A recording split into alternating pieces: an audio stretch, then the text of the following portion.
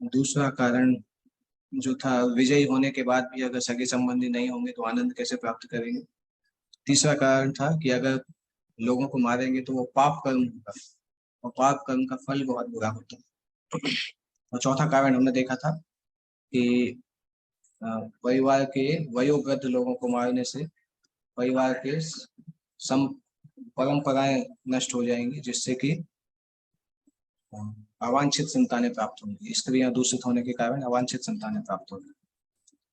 तो पांचवा कारण जो है वो इस अध्याय में भी है और दूसरे अध्याय की बिगिनिंग में भी है, कि अर्जुन की निर्णय लेने की अक्षमता। अर्जुन डिसाइड नहीं कर पा रहे हैं कि उनको क्या करना चाहिए। वो पांचवा कारण है। तो वो आज हम देखेंगे आज, और इवेंचुअली सेकंड चैप्टर में भी वो डिस्कशन होगा। तो कल हमने 42 श्लोक तक किया था, आज हम 43 से करते हैं। 43 वर्ष आता है। उत्सन्न कुल धर्माणाम मनुष्याणाम जनार्दन नरके नियतम वासु भवति जनुसुषुमा। इसमें अर्जुन बता रहे हैं कि अनुसुषुमा, ये बहुत महत्वपूर्ण है। अनु का मतलब मूवमेंट आफ्टर मूवमेंट, और किसी को फॉलो करना, और सुषुमा का मतलब सुनना। तो अनुसुषुमा शब्द का मतलब है कि अर्जुन बता रहे हैं कि मैंने गुरु परंपरा से सुना है। क्या सुना है? ऐसे लोग हमेशा नरक में वास करते हैं जो कि कुल धर्म और कुल परंपराओं का विनाश करते हैं। तो अर्जुन इस प्रकार से बोल रहे हैं कि आप मुझसे बोल रहे हैं कि मैं कुल धर्म का विनाश करूं, इन सबको मार दूं जिससे कुल धर्म विनाश हो जाए, परंतु मैंने तो गुरु परंपरा से सुना है कि कुल धर्म का विनाश करने वाले तो नरक में वास करते हैं। तो अगर मैं ऐसा करूंगा तो नरक में वास करूंगा। तो मैं आपकी बात मानूं या फिर गुरु परंपरा की बात मानूं? प्रैक्टिकली भगवान कृष्ण के ऊपर एलिगेशन के जैसा है कि आपकी बात मानने से मैं नरक चला जाऊंगा, और अगर गुरु परंपरा की बात मानूंगा तो अच्छा रहेगा। तो ये प्रैक्टिकल एलिगेशन के जैसा है। अर्जुन चैलेंजिंग जैसे बोल रहे हैं कि मैंने तो गुरु परंपरा से सुना है कि लोग नरक में चले जाते हैं जो कुल धर्म का विनाश करते हैं, और आप मुझे बोल रहे हैं कुल धर्म का विनाश करने। प्रभुपाद जी ने तात्पर्य में एक बहुत इंपॉर्टेंट पॉइंट बताया है, सीखने योग्य, कि अर्जुन जो भी बोल रहे हैं ऐसा नहीं कि अपने मन से बोल रहे हैं, मनगढ़ंत बातें बोल रहे हैं। उन्होंने आचार्यों से जो भी सुना है उसको अर्जुन बता रहे हैं भगवान के सामने। और वास्तविकता में अगर किसी को सही ज्ञान प्राप्त करना है तो उसकी प्रोसेस भी यही है कि हम प्रामाणिक व्यक्ति से सुने, जिस व्यक्ति ने स्वयं ज्ञान प्राप्त किया है उस व्यक्ति से हम ज्ञान को स्वीकार करें, तब हम वास्तविकता में उसको सीख सकते हैं। क्योंकि जिस व्यक्ति ने देखा है या ज्ञान को अनुभव किया है, जब तक वो नहीं बताएगा तब तक हम उस ज्ञान को समझ नहीं पाएंगे। और सामान्यतः सभी लोग कुछ ना कुछ पाप करते हैं और मृत्यु के पहले उसका प्रायश्चित किया जाता है। तो अगर कोई प्रायश्चित नहीं करता है तो वो नरक में या नीचे की योनियों में जाते हैं। अर्जुन वही बता रहे हैं। तो ये अर्जुन का आर्ग्यूमेंट था, परंतु अर्जुन स्वयं भी कन्विंस नहीं है इन सारे आर्ग्यूमेंट से। चार अलग अलग रीजन उन्होंने बताए, परंतु चार अलग अलग रीजन बताने के बाद अर्जुन खुद भी कन्विंस नहीं, इसलिए खुद भी अनिर्णय की स्थिति में एकदम दुखी हो जाते हो। भगवान कृष्ण से आश्रय प्राप्त करते हैं, खुद ही बोलते हैं कृष्ण के पास कि मैं आपको गुरु के जैसा स्वीकार करता हूँ, अभी आप बताइए मैं क्या करूँ। आगे आएगा वो, एक दो दिन में हम वहां तक पहुंचेंगे। नेक्स्ट वर्स में अर्जुन बता रहे हैं, अहो बत महत् पापम कर्तुम व्यवसिता वयम यत् राज्य सुख लोभेन हन्तुम स्वजनमुद्यताः। अहो बत महत् पापम, कितने आश्चर्य की बात है। बत का मतलब होता है आश्चर्य। कितने आश्चर्य की बात है कि हम लोग इतना बड़ा पाप करने जा रहे हैं, इतना बड़ा पाप करने के लिए हम उद्यत हैं। और कुरु लोग तो वैसे भी मानना चाहते हैं क्योंकि वो लोभ के वश में है। हम भी उसी लोभ में आ गए हैं। केवल राज्य के सुख को भोगने के लिए हम अपने सारे संबंधियों को मारने पे तुले हैं। तो अभी अर्जुन प्रैक्टिकली उस अवस्था में है कि उसको ये दिख ही नहीं रहा है कि दुर्योधन ने कुछ, उसको लग रहा है कि ठीक है हमारे साथ गलत हुआ, कोई बात नहीं, वो हमारे कर्मों का फल होगा, परंतु अभी हम संबंधियों को नहीं मारेंगे। इतनी ऊंची अवस्था है पहुंच गए। ब्राह्मणत्व की ऊंची अवस्था बोली जाती है, क्षत्रिय के लिए ये अवस्था उतनी ज्यादा एप्रिसिएबल नहीं होती। तो अर्जुन बता रहे हैं कि हम इतने नीचे गिर चुके हैं कि राज्य सुख भोगने की इच्छा के कारण हम अपने ही संबंधियों को मारते हैं। स्वार्थ के भसीभूत होकर मनुष्य अपने सगे भाई, बाप या माँ के वध जैसे पाप कर्मों में प्रवृत्त हो सकता है। विश्व के इतिहास में ऐसे अनेक उदाहरण मिलते हैं, किंतु भगवान का साधु भक्त होने के कारण अर्जुन सदाचार के प्रति जागरूक है, इसलिए वह ऐसे कार्यों से बचने का प्रयत्न करता है। तो प्रैक्टिकली ये जो स्टैंडर्ड अर्जुन बता रहे हैं, संसार में इस स्टैंडर्ड को पालन करना बहुत ऊंची बात है। बहुत बड़ा नैतिक व्यक्ति माना जाएगा अगर इन स्टैंडर्ड्स को पालन करेगा, परंतु तब भी भगवान इन स्टैंडर्ड्स को इग्नोर कर देते हैं, अर्जुन को डांटते हैं कि तुम ये सब क्या बोल रहे हो। केवल इसी कारण से क्योंकि अर्जुन के लिए नहीं था। जैसे कोई डॉक्टर दवाई देता है तो हो सकता है व्यक्ति के सिचुएशन के आधार पे दवाई देगा। अगर व्यक्ति व्यक्ति की कफ वात पित्त अलग अलग तासीर होती है, तो हो सकता है कुछ दवाई कफ के रोगी के लिए कार्य नहीं करे, कोई दवाई वात के रोगी के लिए कार्य नहीं करे। तो मेडिसिन हमेशा पर्सन बेस्ड होता है सामान्यतः। आयुर्वेद में अगर देखेंगे तो और स्पेसिफिकली होता है कि जो बीमारी है और जो बीमार व्यक्ति है उसके गुणों के आधार पे या उसके शरीर के आधार पे उसको दवाई दी जाती है कस्टमाइज करके। एलोपैथिक में कई बार ये नहीं होता है, एलोपैथिक में कॉमन दवाई भी दे देते हैं, क्योंकि एलोपैथिक उतना उतना स्ट्रॉन्ग सटल साइंस नहीं है, आयुर्वेद बहुत सटल साइंस है। तो इसीलिए यहाँ पे बताया गया है कि ये जो अर्जुन बोल रहे हैं बहुत अच्छा सिद्धांत है, परंतु अर्जुन उस स्थिति में जहाँ पे खड़े हुए हैं उनके लिए ये सिद्धांत फिट नहीं बैठता है। बाकी सिद्धांत बहुत अच्छा है, अगर कोई ब्राह्मण इस प्रकार से बोले तो फिर चल सकता है, पर अर्जुन जैसा क्षत्रिय बोले जिसके ऊपर प्रजा की रक्षा का भार है, अधर्म को मारने अधर्म को खत्म करने का भार है, अगर वो बोले तो नहीं चलता। तो इसलिए भगवान इन आर्ग्यूमेंट्स को काट देते। इसके बाद अर्जुन बता रहे हैं कि अगर मेरे शस्त्र को छीन भी लिया जाए, वो लोग मुझे मार दे तो मेरे लिए अच्छा होगा।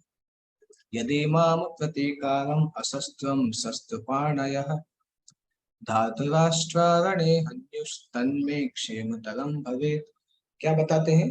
यदि माम अप्रतीकारम अशस्त्रम शस्त्रपाणयः,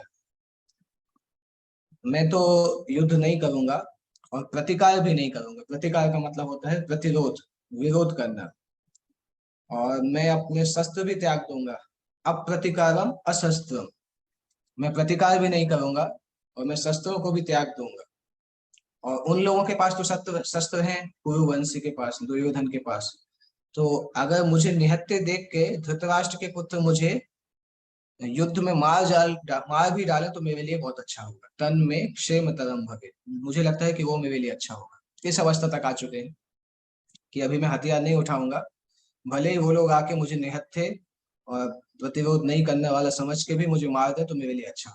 इस स्थिति तक अर्जुन पहुंच चुके हैं।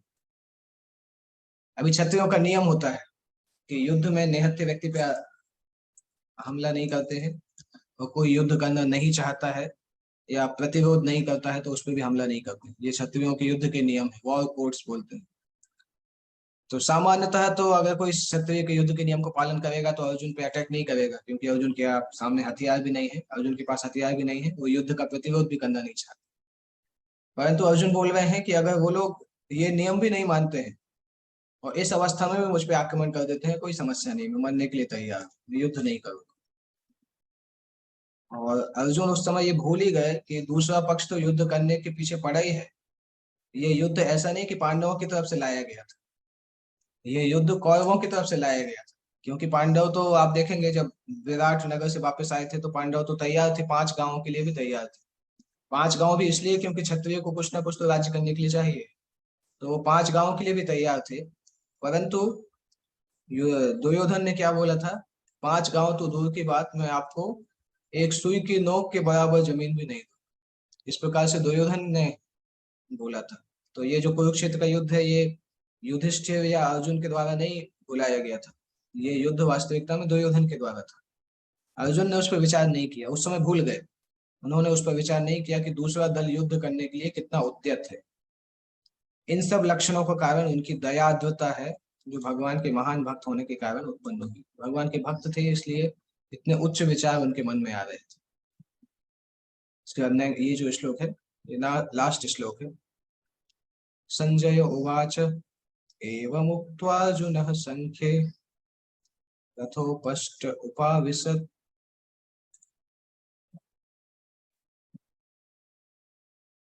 विसृज्य सशरं चापं शोक संविघ्न मानसः। तो अर्जुन यहाँ पे बता रहे हैं कि एवं उक्त्वा अर्जुन संख्ये रथोपस्थ उपाविश, इस तरह से बोलकर अर्जुन संख्ये मतलब युद्ध में रथ उपस्थ उपाविश, रथ के ऊपर बैठ गए और उनके हाथ में गांडीव था, गांडीव भी छोड़ दिया। विसृज्य सशरम चापम, विसृज्य मतलब छोड़ना, सर मतलब तीर, चाप मतलब धनुष। तो धनुष और तीर, गांडीव और तीर दोनों ही उन्होंने अपने हाथ से छोड़ दिए, नीचे रख दिए और रथ के ऊपर बैठ जाते। संजय इस प्रकार से धृतराष्ट्र को बता रहे हैं। शोक संविघ्न मानस, और पूरी तरह से उनके मन शोक से भर जाता है। तो यहाँ पे एक इंपॉर्टेंट चीज है जो कि नीचे लिखा है, दिव्य ज्ञान के लिए योग्यता। अर्जुन के अंदर ये सारे गुण थे कि अर्जुन को दिव्य ज्ञान दिया जा सकता था, क्योंकि अर्जुन के अंदर दयालुता का गुण था। दयालुता का गुण नहीं होता तो अर्जुन के मन में ऐसा विचार नहीं आता। और अर्जुन का हृदय कोमल था, सभी के लिए करुणा से भरा हुआ था कि कैसे अगर इनको मार दूंगा तो इनके घर कैसे चलेगा, इनकी पत्नियां किस प्रकार से रहेंगी, छोटे बच्चे कैसे मेंटेन होंगे। तो ये बहुत कोमल हृदय था। तो ये गुण अगर किसी के पास होते हैं और वो साथ साथ भगवान की सेवा में भी लगा रहता है, तो फिर ये निश्चित है कि उसको आत्मज्ञान प्रदान किया जा सकता है, उसको वो व्यक्ति आत्मज्ञान को प्राप्त करने योग्य है। तो वो ये इस श्लोक के तात्पर्य से हम इम्पोर्टेंट पॉइंट निकलते हैं कि अभी तक अर्जुन हालांकि परेशान है, दुखी भी है और अनिर्णय की स्थिति में है, परंतु अर्जुन का स्वभाव, उनके अंदर गुण ऐसे हैं कि इवेंचुअली अर्जुन इन स्थिति से बाहर आ जाएंगे, क्योंकि अर्जुन आत्मज्ञान के लिए अनुकूल है, उनका स्वभाव आत्मज्ञान के लिए अनुकूल है और साथ साथ वो भगवान कृष्ण के साथ भी उपस्थित है। तो संजय धृतराष्ट्र से बताते भी हैं, हो सकता है धृतराष्ट्र ये सीन देख के खुश हो गए कि अरे अर्जुन युद्ध नहीं लड़ेगा तब तो हम जीत जाएंगे, फिर तो कोई जीत ही नहीं पाएगा, क्योंकि अर्जुन नहीं लड़ेगा तो युधिष्ठिर को युद्ध करने का साहस ही नहीं होगा। तो हो सकता है धृतराष्ट्र खुश हो जाए ये सोच सुन के कि नहीं नहीं अर्जुन युद्ध नहीं लड़ रहा तो बहुत अच्छा है, मेरे बच्चों के लिए बहुत अच्छा है। परंतु संजय क्या बता रहे हैं कि अर्जुन अभी युद्ध नहीं लड़ रहा है, परंतु भगवान कृष्ण उसके साथ में है और अर्जुन इतने अच्छे नेचर का व्यक्ति है कि इवेंचुअली भगवान कृष्ण उसको इस जो मुसीबत है उससे बाहर निकालेंगे और आत्मज्ञान आध्यात्मिक ज्ञान देके अर्जुन को इस मुसीबत से बाहर निकाल के फिर भगवान उसको युद्ध के लिए तैयार करें। तो संजय इस चीज को जानते थे उनकी भक्ति भावना के कारण, परंतु धृतराष्ट्र हो सकता है खुश हो चुके हैं, इस ये सब सुन के धृतराष्ट्र खुश हो गए होंगे कि मेरे बच्चे अभी बच जाएंगे। क्योंकि प्रैक्टिकली सभी को ऐसा लगता था, केवल धृतराष्ट्र नहीं, सभी को ऐसा लगता था कि अगर अर्जुन युद्ध नहीं करेंगे तो फिर कोई भी युद्ध में आगे नहीं बढ़ेगा। अर्जुन के युद्ध नहीं करने से पांडवों की आधी शक्ति खत्म हो जाएगी। अर्जुन ने अपने शत्रु की स्थिति का अवलोकन करते समय अर्जुन रथ पर खड़ा हो गया था, किंतु वह शोक से इतना संतप्त हो उठा कि अपना धनुष बाण एक ओर रखकर रथ के आसन पर पुनः बैठ गया। भगवान से बोला था कि आप रथ को आगे ले चलिए, तो उस समय तैयार थे लड़ाई करने के लिए, परंतु शोक के द्वारा इतने संतप्त हो गए कि फिर से बैठ गए। और यहाँ पे ये अध्याय, पहला अध्याय समाप्त होता है 46 श्लोक पे। और इसके बाद दूसरा अध्याय में अर्जुन का 5वां कारण है जो कि अनिर्णय है, इनडिसिजिवनेस, निर्णय नहीं लेने की क्षमता। और दूसरे अध्याय से फिर भगवान गीता का ज्ञान प्रारंभ करते हैं, सबसे पहले आत्मा का ज्ञान बताते हैं और इवेंचुअली दूसरे अध्याय को गीता का सार बोला जाता है, क्योंकि आत्मज्ञान के अलावा कर्म योग, ज्ञान योग, भक्ति, सबके बारे में भगवान छोटा छोटा सिनॉप्सिस बताते हैं और फिर उन सबको इलेबोरेट करते हैं भगवान बाकी अध्यायों में। तो इस प्रकार से फर्स्ट चैप्टर कंप्लीट होता है। कल जो है ना वो सेकंड चैप्टर फर्स्ट